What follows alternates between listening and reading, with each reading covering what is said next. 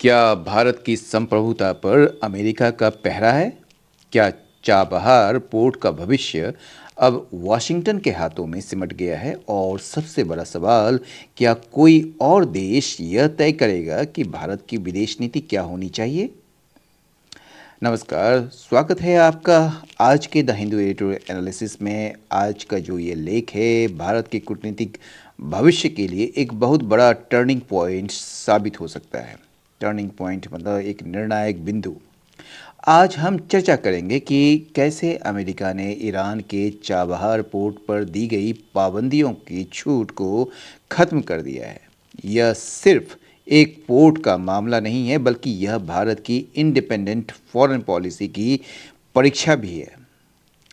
चाहे आप यूपीएससी के लिए इंटरनेशनल रिलेशंस की तैयारी कर रहे हो या एसएससी और बैंकिंग के लिए करंट अफेयर्स की, आज का यह विश्लेषण आपको भारत, अमेरिका और ईरान के बीच चल रहे इस जटिल त्रिकोण को बहुत ही आसान शब्दों में समझा देगा।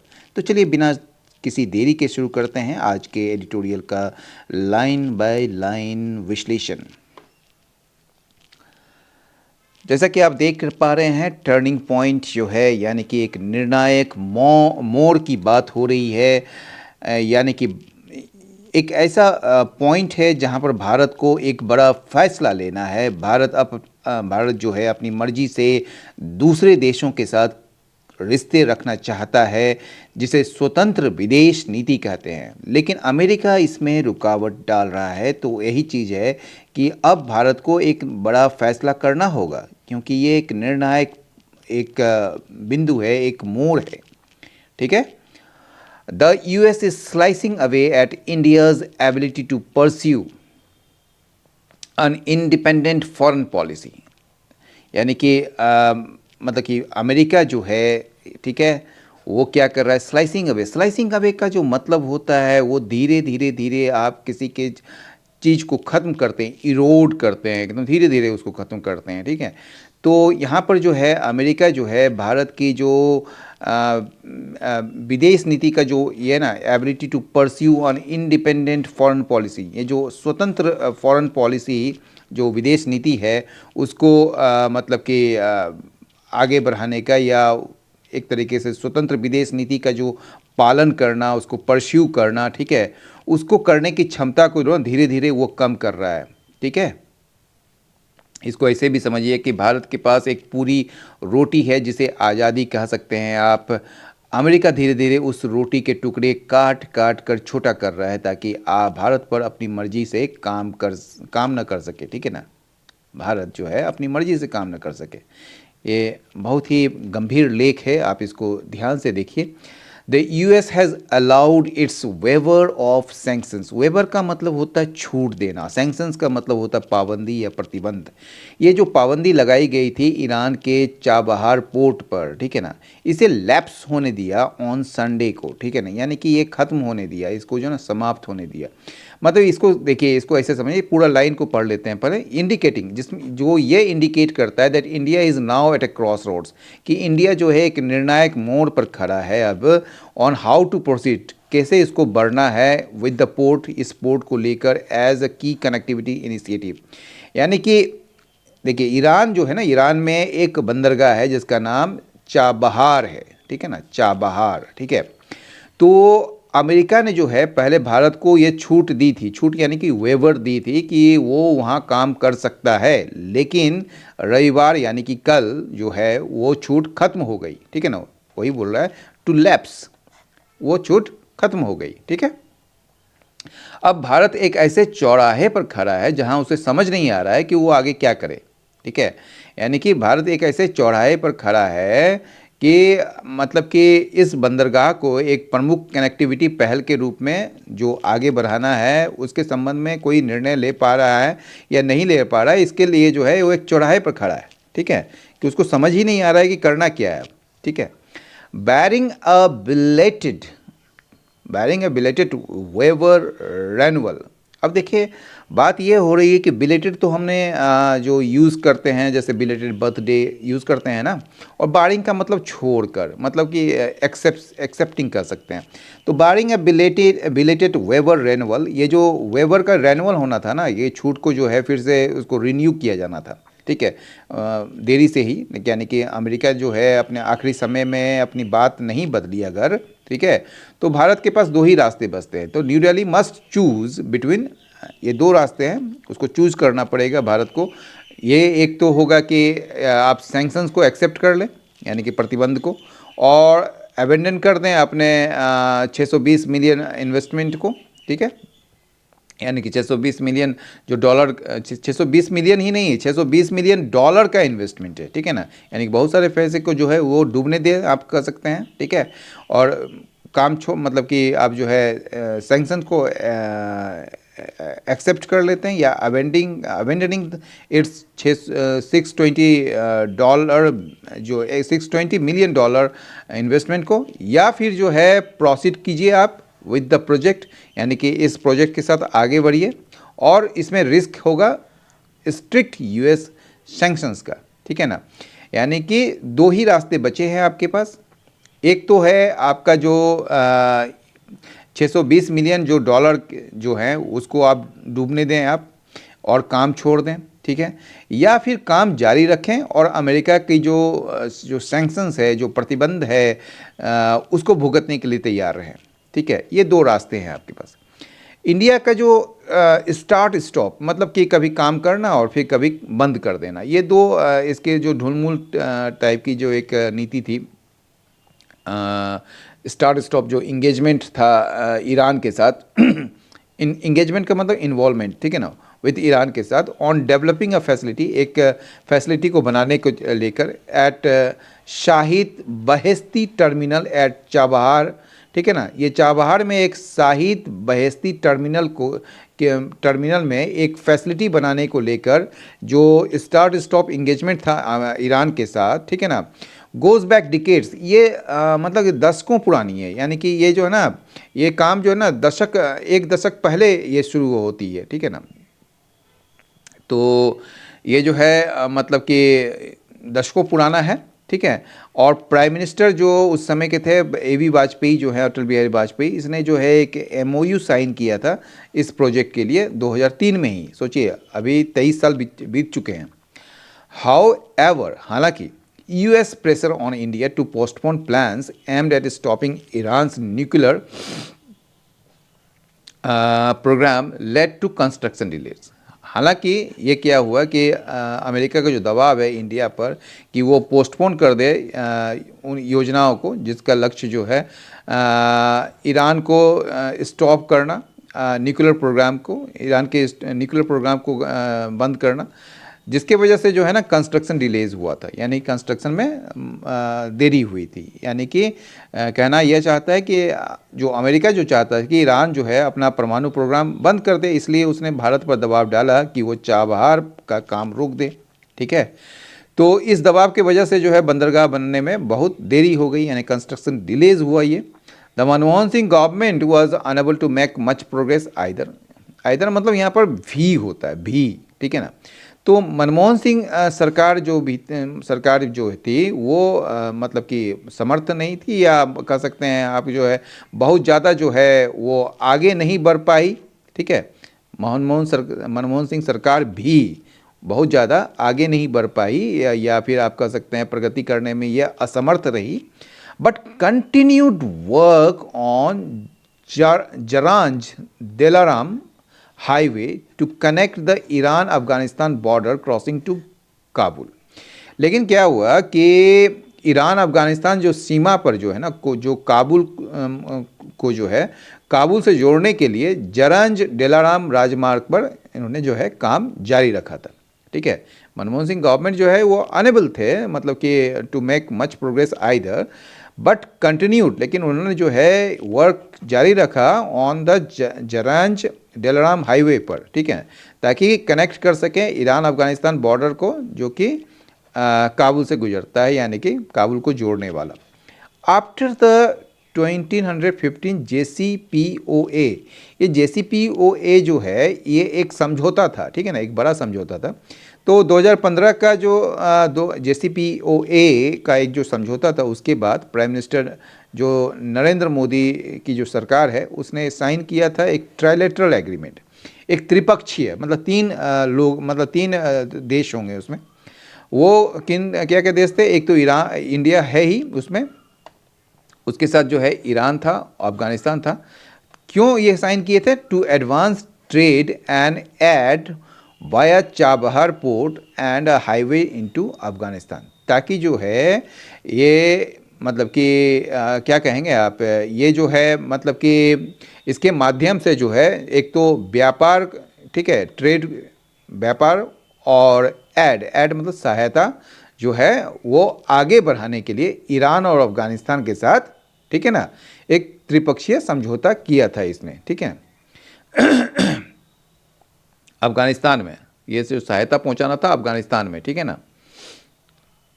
ये देखिए, एंड ये add via Chabahar port and highway into Afghanistan, ठीक है।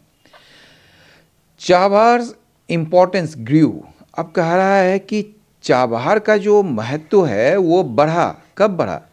एज टाइज विथ पाकिस्तान, मतलब एज टाइज, क्योंकि जो संबंध जो थे पाकिस्तान के साथ वो बदतर हो गए थे या और ज़्यादा खराब हो गए थे, ठीक है ना, संबंध खराब हो गए थे। And it restricted India, it मतलब पाकिस्तान, पाकिस्तान ने इंडिया को रेस्ट्रिक्ट, इंडिया के ट्रांजिट एक्सेस को जो अफगानिस्तान के लिए था, ठीक है ना, यानी कि भारत की जो पारगमन पहुंच जो अफगानिस्तान तक थी उसको जो है इसने रेस्ट्रिक्ट कर दिया, प्रतिबंधित कर दिया। हाउएवर फेट इंटरविंड, हालांकि मतलब किस्मत को या जो आप कह सकते हैं नियति को जो है वो कुछ और ही मंजूर था, या उसने जो है फिर से हस्तक्षेप किया, ये भी कह सकते हैं। हालांकि फेट जो है इंटरवीन किया अगेन, फिर से। As US president Donald Trump walked out of the JCPOA, कि यूएस जो प्रेसिडेंट हैं हमारे डोनाल्ड ट्रंप जो हैं वो JCPOA से बाहर निकल गए, यानी कि उस पुराने समझौते को तोड़ दिया। एंड बिगेन, और उन्होंने शुरू किया अ मैक्सिमम प्रेशर कैंपेन, और एक मैक्सिमम प्रेशर कैंपेन उन्होंने शुरू किया अगेंस्ट ईरान के खिलाफ। कैसे? तो बाय री इम्प्लीमेंटिंग ऑल सैंक्शंस, यानी कि मतलब कि ईरान के खिलाफ जो है ना अधिक, एक तरीके से कहिए सभी प्रतिबंधों को फिर से लागू करके, ठीक है। While India was forced by the US, हालांकि जो भारत है वो क्या है कि उसको मजबूर किया गया, ठीक है, हालांकि भारत को जो है उसको मजबूर किया गया अमेरिका के द्वारा to give up Iranian oil imports, यानी कि ईरान से जो ऑयल इंपोर्ट्स किया जाता था भारत में, ठीक है, उस सारे ऑयल इंपोर्ट्स को छोड़ने के लिए उसको मजबूर किया गया। और plans for the rail line, और जो रेल लाइन के लिए जो एक योजना थी उसको भी छोड़ने के लिए मजबूर किया गया। लेकिन the US built a carved out for Chabahar, लेकिन ये जो मजबूर तो किया गया, लेकिन साथ ही साथ जो है एक कार्व्ड आउट भी जो है ना वो चाबहार के लिए, कार्व आउट का मतलब होता है एक छूट, ठीक है ना, एक छोटी सी छूट दिया गया चाबहार के लिए, ठीक है, जिससे जो है भारत को जो है अनुमति मिली, allowing India to send wheat and medical supplies to Afghanistan, जिससे जो है भारत को अनुमति मिली कि वेट और मेडिकल सप्लाईज जो है वो कर सके अफगानिस्तान में, ठीक है। That carve out is now at an end, ये जो कार्व आउट, ये जो छोटी सी छूट जो है वो खत्म हो रही है, ठीक है ना, is now at an end, ये अब खत्म हो रही है, क्योंकि ट्रम्प एडमिनिस्ट्रेशन जो है वो भारत को क्या कर रहा है, इस मंथ तक बोल रहा है कि वो वाइंड डाउन इट्स ऑपरेशन, कि वो अपने ऑपरेशन को, अपने संचालन को या अपना जो बोरिया बिस्तर को जो है वहाँ से समेटे और काम बंद करे।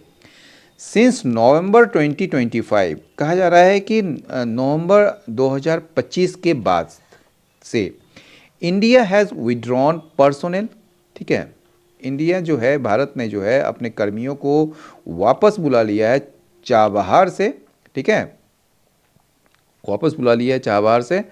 Prepaid it's $120 million investment commitment, इसने जो है 120 मिलियन का डॉलर की जो निवेश प्रतिबद्धता थी उसको जो है पहले से ही भुगतान भी कर दिया है। And is considering transferring its stake in the Shahid Beheshti terminal, ठीक है ना, टू एन ईरानियन कंपनी। और ये जो है इस बात पर भी विचार कर रहा है कि यह जो है अपनी हिस्सेदारी जो शाहिद बहेस्ती टर्मिनल में इसकी जो हिस्सेदारी है, यानी कि भारत की जो हिस्सेदारी है, एक ईरानी कंपनी को हस्तांतरित करने का उस पर भी विचार कर रही है। With the option of returning later, जिसमें जो है इस मतलब कि इस ऑप्शन में जो है यह भी शामिल होगा कि बाद में वो वापस लौटे, ठीक है ना, with the option of returning later. ठीक है, दूसरा पैराग्राफ में आते हैं। The West Asia war has complicated the situation. अब जो वेस्ट एशिया वॉर जो हुआ है अभी ईरान के साथ और यूएस और इजराइल के साथ, इसने जो है इस स्थिति को जो है और ज़्यादा उलझा दिया है और ज़्यादा जटिल बना दिया है।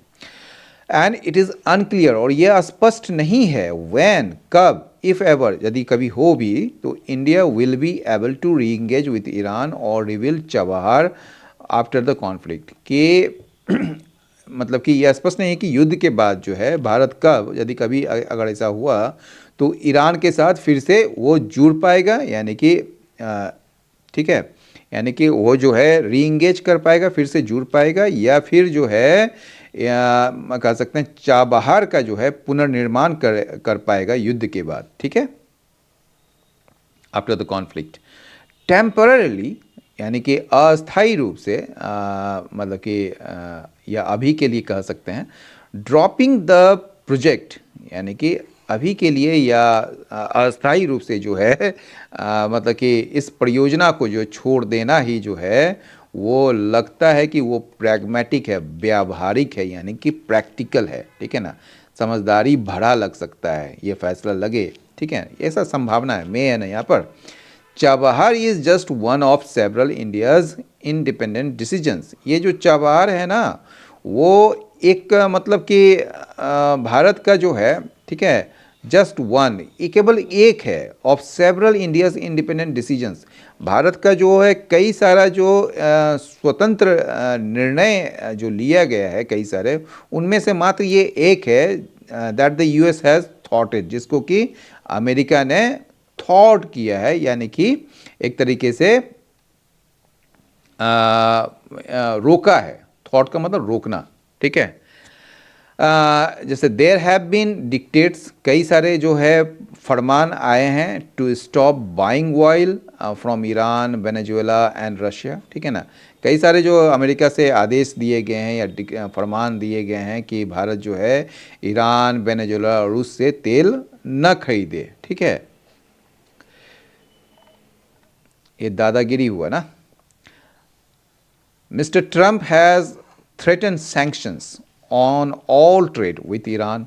मिस्टर ट्रंप जो है, यानी कि अमेरिका के जो राष्ट्रपति जो हैं, उन्होंने क्या किया है, थ्रेटन किया है सैंक्शंस लगाने का, यानी कि प्रतिबंध लगाने का, ऑन ऑल ट्रेड्स, सारे व्यापार में ईरान के साथ, एंड ऑन ब्रिक्स, और ब्रिक्स पर भी, ब्रिक्स ग्रुपिंग मतलब ब्रिक्स के जो देश हैं उन पर भी, ब्रिक्स ग्रुपिंग मेंबर्स पर भी।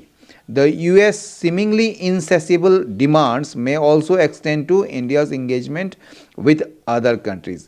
ठीक है, तो इसको समझने की कोशिश कीजिए कि ये जो है ना ट्रंप की जो धमकी है, ईरान या ब्रिक्स देशों के साथ मतलब कि जो भी व्यापार करेगा उस पर पाबंदी लगेगी। ठीक है, ये धमकी दी है ट्रंप ने। तो अमेरिका की मांगें यहीं पर ख़त्म नहीं होने वाली लग रही है। इनसेसिबल डिमांड से मतलब कि इनसेसिबल में जिसको को सेशिएट नहीं कह सकते, यानी कि ऐसा डिमांड है that can never be satisfied, insatiable. ठीक है ना, तो ये जो है ना ये मांग कभी ख़त्म नहीं होने वाली है, और शायद वो भारत के को दूसरे देशों से बात करने से भी रोके, ये कहने की बात है। ठीक है,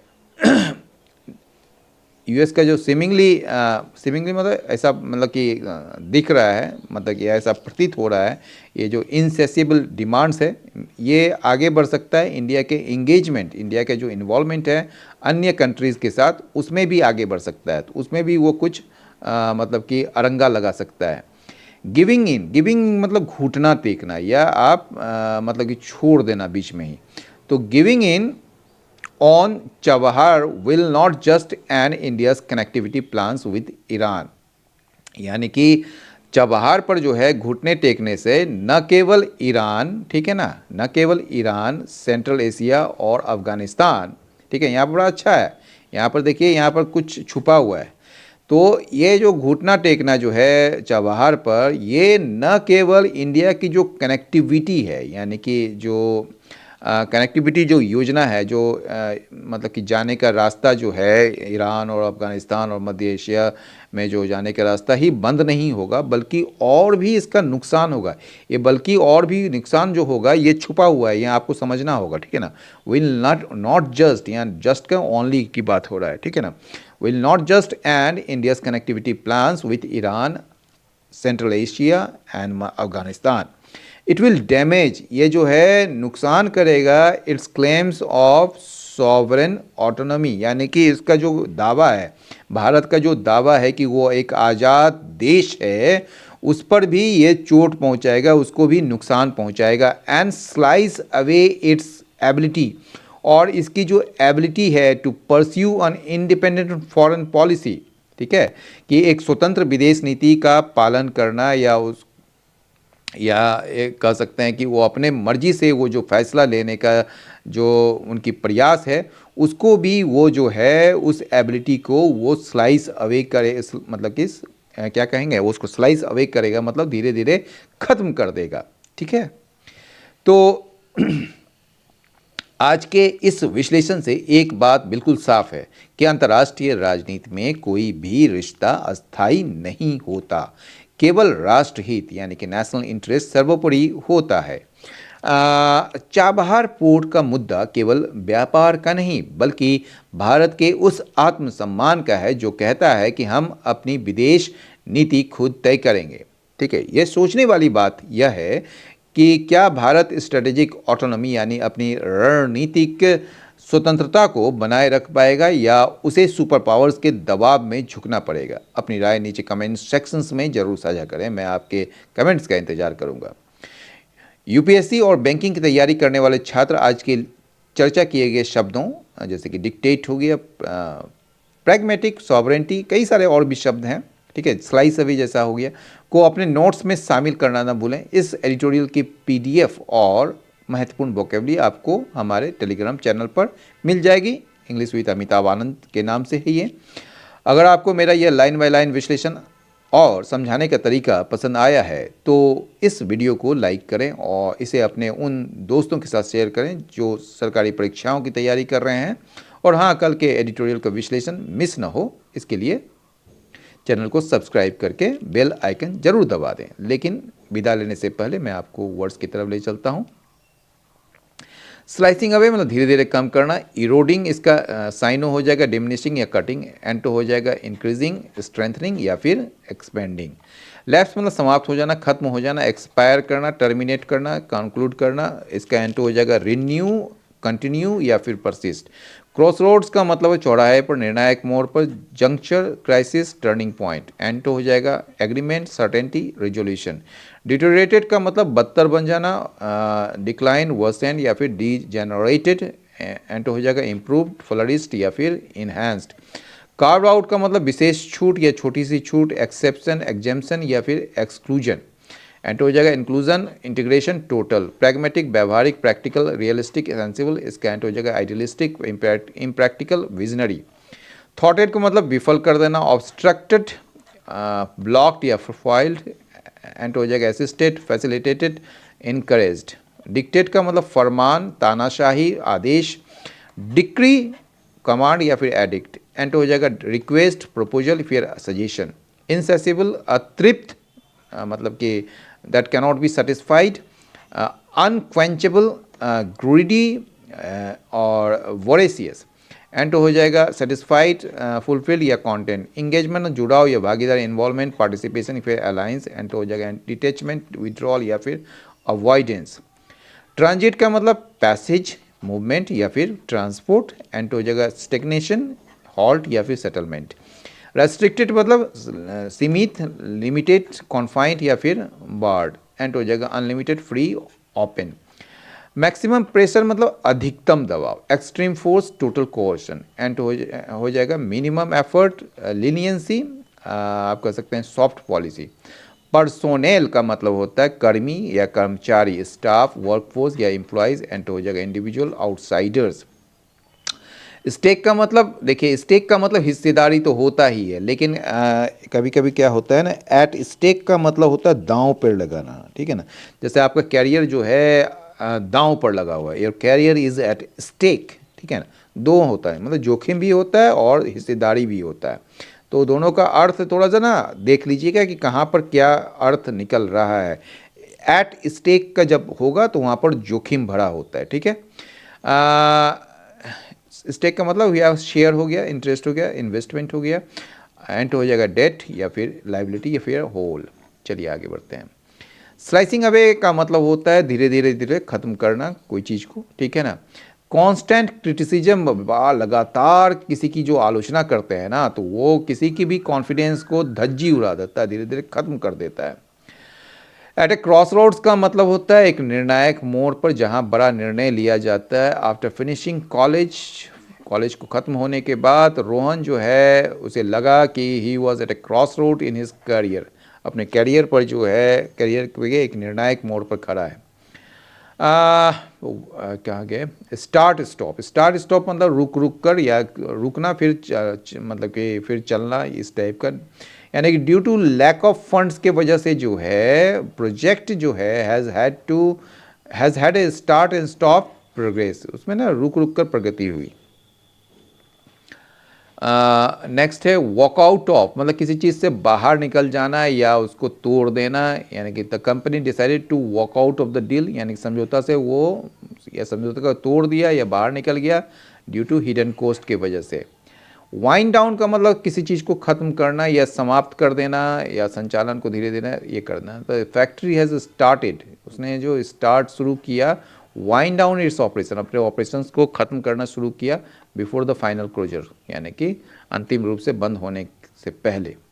गिव इन का मतलब घुटने टेक देना, हार मान लेना। The government refuse to give in to the protest demands, यानी कि प्रदर्शनकारियों के मांगों के आगे झुकने से इनकार कर दिया। फेट इंटरविंट का मतलब जब नियति बीच में आ जाए, यानी कि नियति को कुछ और मंजूर हो। He wanted to be a pilot, या वो जो है पायलट बनना चाहता था, लेकिन फेट को जो है ये नियति को कुछ और ही मंजूर था और वो जो है टीचर बन गया, ठीक है। तो इसलिए आप कभी भी अगर कुछ बनना चाहते हैं, अगर वो नहीं बन पाए तो निराश मत होइएगा, क्योंकि सब कुछ आपके हाथों में नहीं होता है, ठीक है। तो कल फिर मिलेंगे और एक नए टॉपिक और एक नई ऊर्जा के साथ। तब तक के लिए पढ़ते रहिए, आगे बढ़ते रहिए। धन्यवाद। जय हिंद।